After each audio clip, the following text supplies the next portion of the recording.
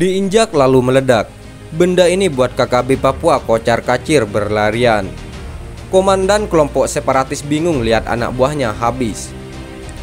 Kelompok kriminal bersenjata atau KKB Papua selalu menjadi perhatian. Kelompok separatis yang menginginkan kemerdekaan Papua itu tak pernah berhenti menebar teror, baik kepada aparat TNI Polri atau masyarakat sipil. Menurut catatan kompas.com, KKB kerap beraksi di wilayah pegunungan di Papua. Kabupaten Puncak, Yahukimo, dan Intan Jaya menjadi tempat yang dianggap rawan dari aksi KKB Papua. Sampai saat ini, KKB Papua sulit diberantas karena mereka berbekal persenjataan lengkap dan mutakhir. Beberapa aksi kejahatan yang pernah dilakukan KKB Papua adalah melakukan penyerangan terhadap pekerja, pembacokan, penembakan, serta pembakaran rumah dan sekolah di beberapa wilayah di Papua. Melansir Pos Kupang, tersiar kabar bahwa KKB Papua mengalami nasib apes ketika akan melakukan serangan ke markas TNI Polri. Bukannya mendapat apa yang diinginkan, KKB Papua malah harus kehilangan anggotanya.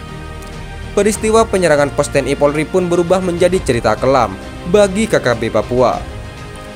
Terungkap bahwa kisah kelam itu berawal dari munculnya seorang pria yang tiba-tiba terlihat melintas di depan pos keamanan milik TNI Polri. Setelah berada persis di depan pos keamanan, pria yang berjalan sambil memegang tongkat itu tiba-tiba berhenti di depan pos. Pria itu lantas memandang ke arah pos keamanan dan sesaat kemudian memalingkan muka untuk melanjutkan perjalanan. Hal aneh yang dilakukan pria tersebut adalah mengangkat tongkat kayu yang dipegangnya, lalu menunjuk ke arah tanah. Gerakan aneh tersebut dilakukan sebanyak 2 kali. Kemudian sosok tersebut berlalu pergi dari tempat itu. Melihat pemandangan yang tak lazim tersebut, prajurit TNI yang berada di pos keamanan lantas menyapa sosok yang tak disebutkan namanya itu. Aparat TNI menyapa terlebih dahulu karena sosok tersebut adalah orang yang dikenal, yang beberapa waktu sebelumnya pernah memberikan isyarat tentang serangan KKB ke TNI Polri. Kala itu pria tersebut mengisyaratkan bahwa akan ada serangan kelompok kriminal bersenjata ke arah pos keamanan. Isyarat itu ternyata benar adanya, karena beberapa hari berikutnya segerombolan orang tak dikenal mendatangi pos keamanan dan menyerang aparat TNI Polri. Oleh karena itu, ketika gestur tubuh pria itu memperlihatkan gerakan tangan yang aneh, tanda-tanda itu pun langsung direspon oleh aparat TNI Polri. Setelah pria itu menjauh dari pos keamanan, aparat TNI Polri pun langsung mengambil langkah-langkah konkret. Dengan kemampuan analisa militer yang dimiliki, prajurit TNI Polri pun mulai siaga. Ini dilakukan lantaran momen buruk dikhawatirkan akan segera menerjang markas mini TNI Polri di wilayah pedalaman Papua itu. Makanya sepanjang hari, aparat TNI Polri benar-benar siaga untuk meladeni kelompok separatis yang diprediksi bakal menyerang. Namun apa yang dinantikan itu tak kunjung datang. KKB yang biasanya bertindak nekat sepanjang siang itu tak menampakkan batang hidungnya. Meski demikian, aparat terlatih kebanggaan NKRI itu tetap siaga, sebab yang dinantikan adalah hal yang amat berbahaya. Ketika malam hampir tiba, kesiagaan di markas TNI Polri itu mulai ditingkatkan.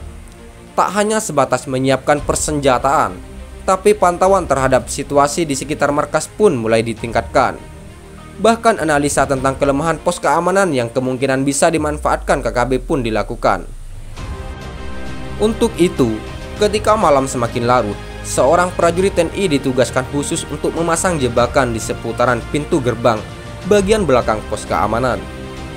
Tugas itu pun berakhir sempurna, dan beberapa ranjau terpaksa dipasang agar memudahkan TNI Polri memantau kehadiran KKB. Detik-detik berlalu dalam situasi yang cukup mendebarkan. Bahkan ketika hari semakin larut, kesiagaan semakin ditingkatkan. Dalam penantian dan menegakkan itu, pantauan ke sekitar pos keamanan ditingkatkan, sebab waktu yang dikhawatirkan pasti akan segera datang. Benar saja, saat jarum jam mulai condong ke dini hari, tiba-tiba jebakan di belakang pos keamanan berdentum keras. 2 bunyi ledakan berkekuatan rendah memecahkan kesunyian malam yang diikuti dengan rentetan bunyi tembakan ke arah pos keamanan. Dalam situasi tersebut, prajurit TNI pun terpaksa meladeni serangan dini hari tersebut. Agar tak membuang-buang peluru, prajurit TNI Polri terpaksa memilah-milah serangan ini.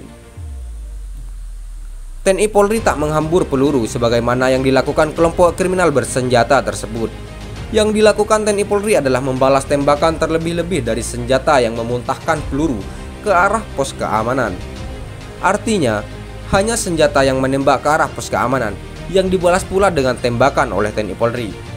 Sementara KKB yang tak menembak tak dibalas pula oleh prajurit terlatih kebanggaan Indonesia.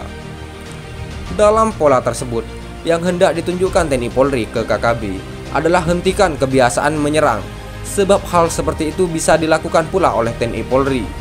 Strategi TNI Polri malam itu benar-benar jitu, karena tak semua anggota KKB meregang nyawa di tempat tersebut. Mungkin karena anggota KKB berjatuhan di medan laga, sehingga KKB pun menghentikan serangan. Mereka kemudian memilih melarikan diri karena tak sanggup merobohkan TNI Polri.